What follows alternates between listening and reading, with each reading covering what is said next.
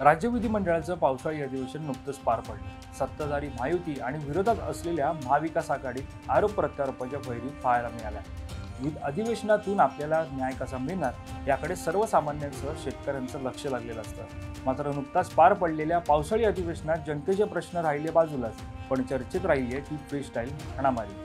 भाजप आमदार गोपीचंद पडळकर आणि राष्ट्रवादी काँग्रेस शरदचंद्र पवार पक्षाचे आमदार जितेंद्र आव्हाड यांच्या कार्यकर्त्यांमध्ये हाणामारी झाली। या हाणामारीचा व्हिडिओ सोशल मीडियावर प्रचंड व्हायरल झालाय। पण तुम्हाला माहिती आहे का, अधिवेशन काळात हाणामारी होणार ही पहिलीच वेळ नाहीये। याआधी ही हाणामारी झाली होती। तर जाणून घेऊयात नेमकी कधी आणि कोणामध्ये हाणामारी झाली होती। नमस्कार, मी वैभव पाटील, तुम्ही पाहतायत माय महानगर लाईव्ह। सुरुवातीला प्रकरण क्रमांक 1 आपण जाणून घेणार आहोत। आमदार जितेंद्र आव्हाड आणि आमदार गोपीचंद पडळकर यांच्या कार्यकर्त्यांमध्ये हाणामारी झाली। राज्य विधिमंडळाच्या पावसाळी अधिवेशनाच्या शेवटच्या दिवसाच्या पूर्वसंध्येला विधान भवनाच्या आवारात फ्रीस्टाईल हाणामारी झाली। आमदार जितेंद्र आव्हाड आणि आमदार गोपीचंद पडळकर यांच्या सुरू असलेल्या शाब्दिक वादावरून त्यांचे कार्यकर्ते आपापसात भिडले। जितेंद्र आव्हाडांचा निष्ठावंत कार्यकर्ता नितीन देशमुख आणि गोपीचंद पडळकर यांचा समर्थक ऋषिकेश टकले यांच्यात हाणामारी झाली। या हाणामारीनंतर दोघांना विधान भवनाच्या आवारातून अटक करण्यात आली। मात्र त्यावेळी आपल्या कार्यकर्त्यानं आपल्यासाठी मार खाल्ला असं म्हणत आमदार जितेंद्र आव्हाड स्वतः पोलिसांच्या व्हॅनखाली झोपल्याचं पाहायला मिळालं। परंतु तरीही नितीन देशमुख यांना त्यावेळी अटक करण्यात आली। कालांतरानं दोघांनाही जामीन मंजूर करण्यात आला। परंतु या हाणामारीमुळे विधान भवनातील सुरक्षा व्यवस्थेचा प्रश्न ऐरणीवर आला।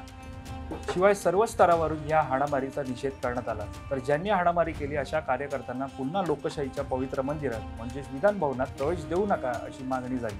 शिवाय काही जण केवळ फोटो काढण्यासाठी गर्दी करतात असाही सूर या प्रकरणी ऐकायला मिळाला।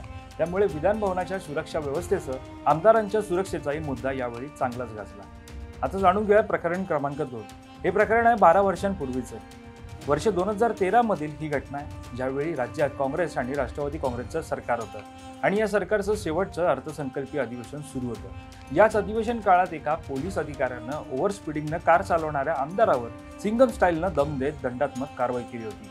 ही दंडात्मक कारवाई 700 रुपयांची होती। परंतु आमदारावर अशा प्रकारे कारवाई केल्यानं त्या पोलीस अधिकाऱ्याला बदलीसह आमदारांच्या हाणामारीचा सामना करावा लागला होता। आता थोडक्यात जाणून घेऊयात नेमकं काय घडलं होतं। नालासोपाऱ्यातील बहुजन विकास आघाडीचे माजी आमदार क्षितिज ठाकूर हे विधान भवनात जाण्यासाठी आपल्या घरातून निघाले होते। मात्र उशीर झाल्याने ठाकूर यांनी आपल्या गाडीचा स्पीड वाढवला होता। अंदाजित 100 ते 125च्या स्पीडवर ते गाडी चालवत होते। या स्पीडनं ते वांद्रे वरळी सिलिंगवरून जात होते। पण या सिलिंगवरून गाडी चालवताना गाडीचा स्पीड किती असावा याचे नियम सरकारनंच घालून दिले, पण तत्कालीन आमदार क्षितिज ठाकूर यांना त्या नियमांचा विसर पडला असावा। पण सरकारी नियमांचं पालन करणारे आणि मुंबईचे सिंगम समजले जाणारे वरळी पोलीस ठाण्यात कार्यरत असलेल्या सहाय्यक निरीक्षक सचिन सूर्यवंशी यांनी तत्कालीन आमदार क्षितिज ठाकूर यांची गाडी अडवली आणि त्यांना सिंगम स्टाईलनं दम देत त्यांच्यावर 700 रुपयांची दंडात्मक कारवाई केली। यानंतर हा मुद्दा क्षितिज ठाकूर यांनी विधानसभेच्या अधिवेशनात मांडत सहाय्यक निरीक्षक सचिन सूर्यवंशी यांच्या विरोधात हक्कभंगाचा प्रस्ताव मांडला।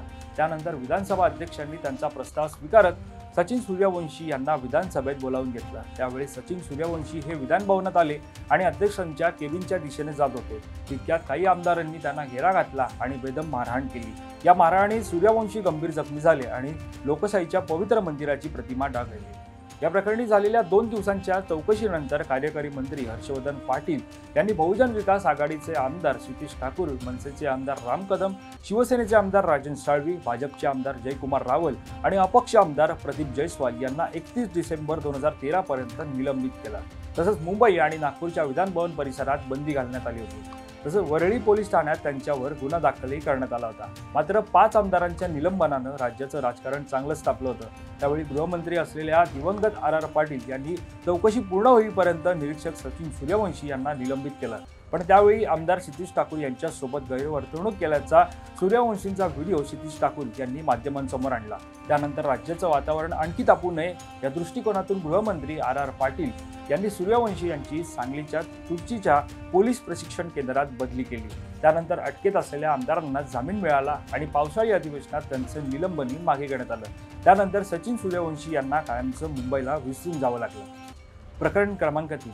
हे प्रकरण 2009 सालचं आहे, ज्यावेळी हिंदीत शपथ घेतल्यामुळे समाजवादी पार्टीचे नेते अबू आझमी यांना मनसेचे आमदार रमेश वांधळे यांनी चापट मारली होती। तर थोडक्यात जाणून घेऊयात नेमकं काय घडलं होतं। नोव्हेंबर 2009 मध्ये आमदारांच्या शपथविधीसाठी विधानसभेचे 3 दिवसीय विशेष अधिवेशन बोलावण्यात आले होते. शपथ घेण्यासाठी सर्व आमदार विधानसभेत दाखल झाले होते. त्यावेळी मराठीची बाजू ठामपणे मांडणाऱ्या मनसे अध्यक्ष राज ठाकरे यांनी सर्व आमदारांनी मराठीत शपथ घ्यावी अशी आपली इच्छा असल्याचं वक्तव्य केलं होतं आणि कोणी अन्य भाषेत शपथ घेण्याचा प्रयत्न केल्यास त्याचे गंभीर परिणाम भोगावे लागतील असा इशाराही राज ठाकरे यांनी दिला होता. शपथविधीच्या दिवशी सभासदांच्या त्यांच्या आडनावांच्या वर्णनक्रमानुसार शपथ घेऊन अधिवेशनाची सुरुवात झाली. आझमी हे शपथ घेणाऱ्या सुरुवातीच्या सदस्यांपैकी एक होते आणि त्यांनी हिंदूतून सुरुवात केली. त्यांनी शपथ घेण्यास सुरुवात करताच मनसेचे सर्व 13 आमदार त्यांच्याकडे धावले. त्यापैकी एकाने आझमींचा माईक काढून घेतल्याने त्यांच्यात आणि मनसेच्या आमदारांमध्ये बाचाबाची झाली. स्तब्ध झालेले विधानसभा सभागृह हे दृश्य पाहत असताच मनसेच्या आमदारांनी सभानेत्याला दमबाजी करण्यास सुरुवात केली. आझमी यांना मनसेने धक्काबुक्की केली आणि मनसेचे आमदार रमेश मांजळे यांनी त्यांच्या तोंडावर चापट मारली.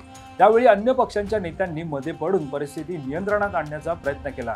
मनसेच्या सदस्यांनी मराठी आणि महाराष्ट्राच्या बाजूने घोषणा देत आझमींचा निषेध केला. त्यानंतर प्रोटेम स्पीकरने सुव्यवस्था पूर्ववत करण्यासाठी सभागृहाचं कामकाज 30 मिनिटांसाठी तहकूब केलं. पुढील कारवाई जलद होती. संसदीय कामकाज मंत्री हर्षवर्धन पाटील यांनी विशेष अधिकार प्रस्ताव मांडला आणि 4 आमदारांना निलंबित करण्यात यावं अशी मागणी केली होती. हा प्रस्ताव सभागृहाने आवाजी मतदानाने मंजूर केल्यानं राम कदम, वसंत गीते, शिशिर शिंदे आणि रमेश मांजळे यांचं निलंबन करण्यात आलं. तुम्हाला हा व्हिडिओ कसा वाटला हे आम्हाला कमेंट करून नक्की कळवा. या संदर्भातली अधिकची माहिती जाणून घेण्यासाठी तुम्ही माय महानगर लाईव्हला सबस्क्राईब करायला विसरू नका.